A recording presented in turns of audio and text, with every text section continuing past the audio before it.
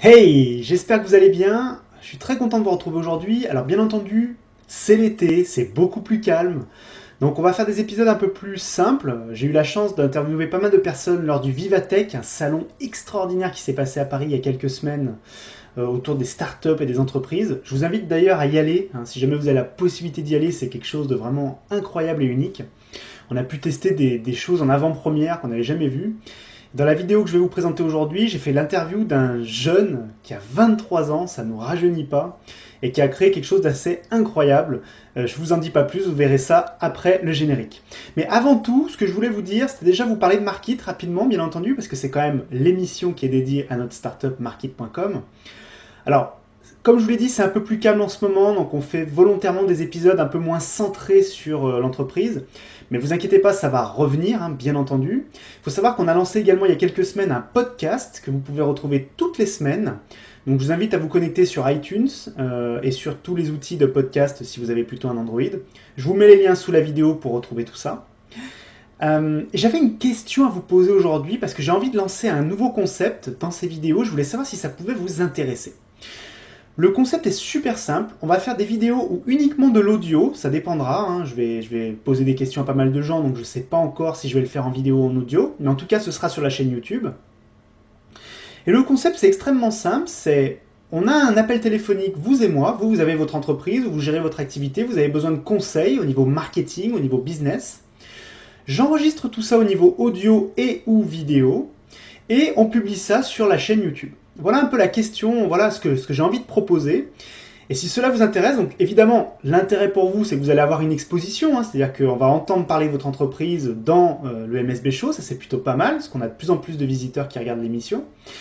Et moi, ça me permet de vous donner des conseils, de vous aider en fait, de vous donner quelques tips, quelques astuces pour développer votre activité. Et donc tout le monde est content. Les auditeurs qui vont avoir un contenu intéressant et découvrir une nouvelle entreprise sympa. Vous qui êtes exposés au MSB Show et à nos auditeurs. Et moi qui peux créer du contenu intéressant et utile pour tout le monde. Voilà, donc si ça vous intéresse, vous me le dites en commentaire. Et les premiers qui voudront passer dans cette nouvelle formule d'émission, n'hésitez pas à le dire dès maintenant. Allez, c'est parti pour la nouvelle vidéo.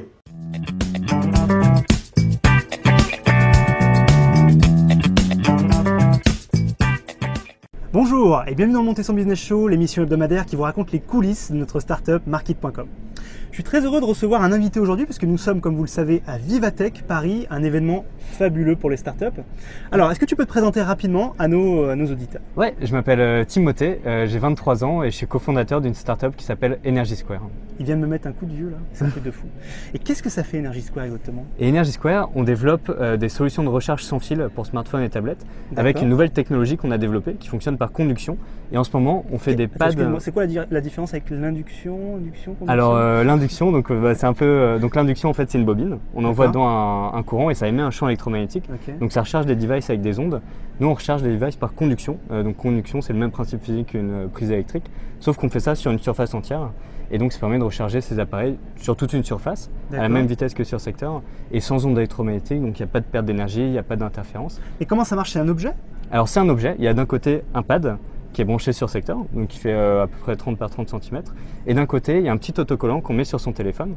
Et en fait sur l'autocollant, il y a deux électrodes qui sont reliées à la batterie, et quand on le pose sur le pad, ça contacte deux carrés conducteurs du pad et on détecte qu'il y a la batterie et on envoie l'énergie dedans. D'accord, ça c'est déjà fonctionnel, on peut déjà l'acheter ce produit? Ouais, alors c'était disponible sur Kickstarter il y a quelques mois et là on est en fin d'industrialisation, on a une première série qui sort cet été. Et le Kickstarter, vous avez lancé un vrai Kickstarter, c'était quoi l'objectif de financement? Alors pour ceux qui ne savent pas, Kickstarter c'est une plateforme de crowdfunding, financement participatif en français. Ça vous permet de mettre un projet sur une plateforme, sur un site web et de demander de l'argent en échange, alors parfois du produit. C'est un produit, en fait, souvent quand on fait un financement participatif, c'est qu'on est en train de lancer un produit qui n'est pas encore commercialisé et qu'on a envie de prouver. Finalement, c'est une étude de marché accélérée. C'est un peu une étude de marché et en plus, Kickstarter nous retourne pas mal de données sur qui sont les utilisateurs, etc. Et en plus, ça vous fait une com géniale. Donc, c'est plutôt cool. Et donc, quel était ton objectif de levée de fonds et combien tu as levé? Et l'objectif c'était 30 000 euros et au final on a fini à peu près 100 000 euros pour 1500 unités et donc 1500 ça fait une bonne première série et c'est ce qu'il faut pour aller voir les industriels. J'imagine parce que si tu prends un volume plus faible ça doit être horrible en termes de coûts et même je pense qu'ils ne te reçoivent même pas. Ouais voilà, il y a plein de constructeurs qui prennent pas même en dessous de 5000 et nous voilà 1000 c'était la limite qu'on s'était fixée. J'imagine que tu es obligé d'aller à l'étranger pour ce genre de fabrication ou tu as pu faire? Alors il y a plusieurs chemins. Alors nous au début on avait pris des prestataires français et il s'est avéré que c'était un petit peu cher ça a été compliqué pour toi, c'était un petit peu compliqué et du coup on a trouvé un français qui est implanté en Chine et à Shenzhen et qui connaît beaucoup de monde là-bas et qui a une usine là-bas et on s'est mis là-bas, on a tout fait là-bas et donc ça allait très vite. Et maintenant on a notre ligne de production qui est prête et on lance la série dans 3 semaines. Waouh, bravo. Bah, du coup on mettra les liens sous la vidéo, vous inquiétez pas. Est-ce que tu peux nous donner les problématiques que tu as pu avoir pendant la création et le développement de ta société? Est-ce que tu as 2 ou 3 exemples à nous donner maintenant et à partager avec nous?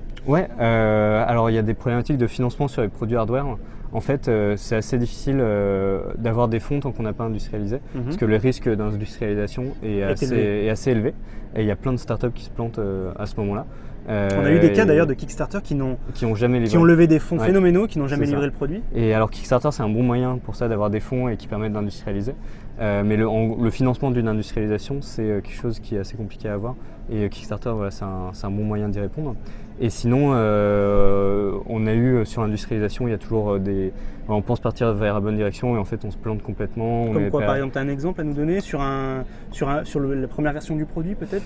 Sur les premières versions en fait on pensait qu'on pourrait faire par exemple les pads, on pensait qu'il y avait une machine qui existait pour faire ce qu'on voulait faire et en fait cette machine n'existait pas, il n'y avait aucun moyen de le faire et on a dû changer un petit peu la physionomie du produit, etc. Donc vous êtes parti dans un autre truc ou vous avez décidé de fabriquer ce qui n'existait pas? Et on a pris, en fait, la démarche qu'on a essayé d'avoir après ça, c'est de regarder qu'est-ce qui existe en termes de production industrielle et comment nous on peut s'adapter à ça. C'est une bonne idée. Et c'est toujours plus facile. Vous avez fait une sorte de pivot ça. Finalement au niveau de la fabrication du produit. Voilà, il y a tout le temps des petits pivots sur la fabrication. Et après, il y a des choses, on pense que c'est solide, que ça tient, on le teste. Et en fait, il y a quelque chose qui casse ou qui tient pas dans le produit. Ça peut être problématique. Et voilà, ça c'est une des problématiques. Il y a eu des bêtas, c'est-à-dire qu'il y a eu des gens qui ont reçu des versions anciennes du produit. Ouais. Alors on avait testé dans des boutiques EDF au tout début sur nos tout premiers prototypes, donc il y avait encore pas mal de bugs. T'as un partenariat avec EDF du coup? Et on travaillait avec EDF et là on est en finale d'EDF Pulse. Et donc ça fait 2-3 ans qu'on travaille avec eux. Je le sais en plus, mais c'est trop d'informations sur Vivatech. Et du coup voilà, EDF on bosse avec eux, ils ont fait des tests avec nous. C'est pas mal comme partenaire ça pour un produit qui est dans l'énergie? Ouais c'est pas mal, ils sont intéressés. Alors moi il faut pas le dire mais bon je travaille plutôt pour Engie, moi vous savez, mais bon voilà. Ça reste des partenaires de la famille française on va dire. Voilà. Même s'ils sont très concurrents. D'accord, c'est super intéressant. Et là, est-ce que tu peux nous dire quelles sont les 2-3 prochaines étapes, celles que tu peux nous partager, tu n'es pas obligé de tout dire bien sûr.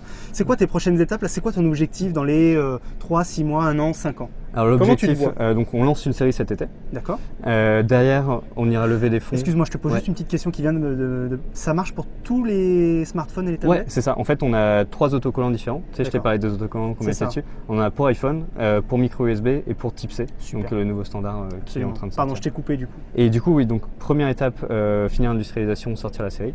Deuxième étape, lever des fonds.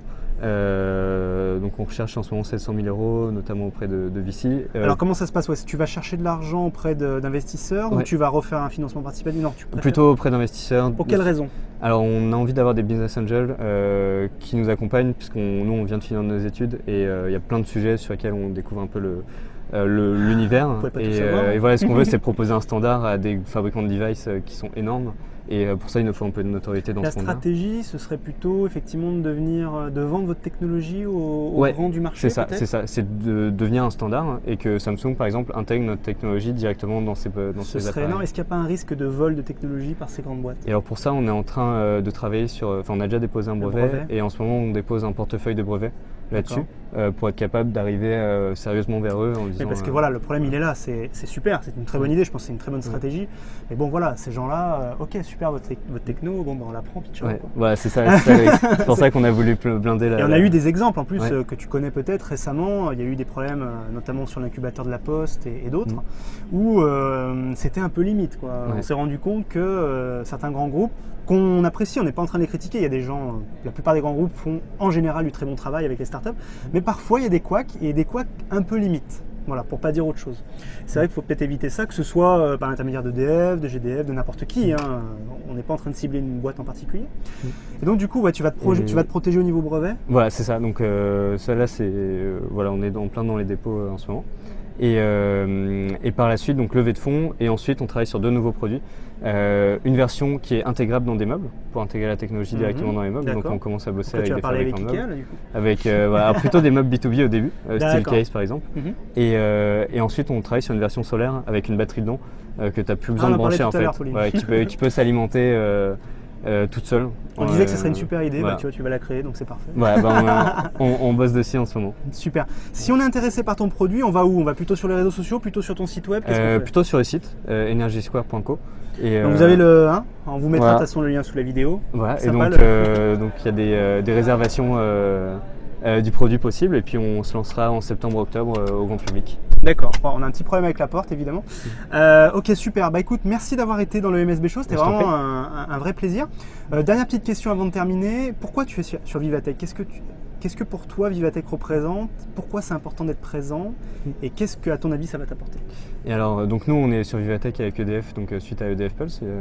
C'était un concours, rapidement, ouais. EDF Pulse, c'était quoi? C'est un concours avec plein de startups, et donc il y a une finale qui est organisée entre 12 startups et qui permet d'avoir pas mal de visibilité. À la base, c'est pour ça que tu es là, je pense. Et voilà, c'est pour ça qu'on est là. Mais on était venu en dernier à Vivatech et on avait eu énormément de contacts. T'as vu, c'est fou. À la fois des investisseurs, des grands groupes. Il y a quelque chose, il se passe quelque chose. Ouais, et donc on revient avec plaisir, et c'est toujours la même chose cette année. Donc on est très content d'être ici. Sauf il fait juste un peu chaud, mais ça faut pas le dire. Bon, merci encore à toi. Merci à vous de nous suivre. N'oubliez pas, si vous avez aimé cette émission, de mettre un petit pouce bleu, un petit commentaire, un partage, ça vous prend 10 secondes et pour nous ça veut dire beaucoup. Et surtout, n'oubliez pas une chose extrêmement importante. Il n'y a jamais eu de meilleur moment que maintenant pour entreprendre. Merci à vous et à la semaine prochaine.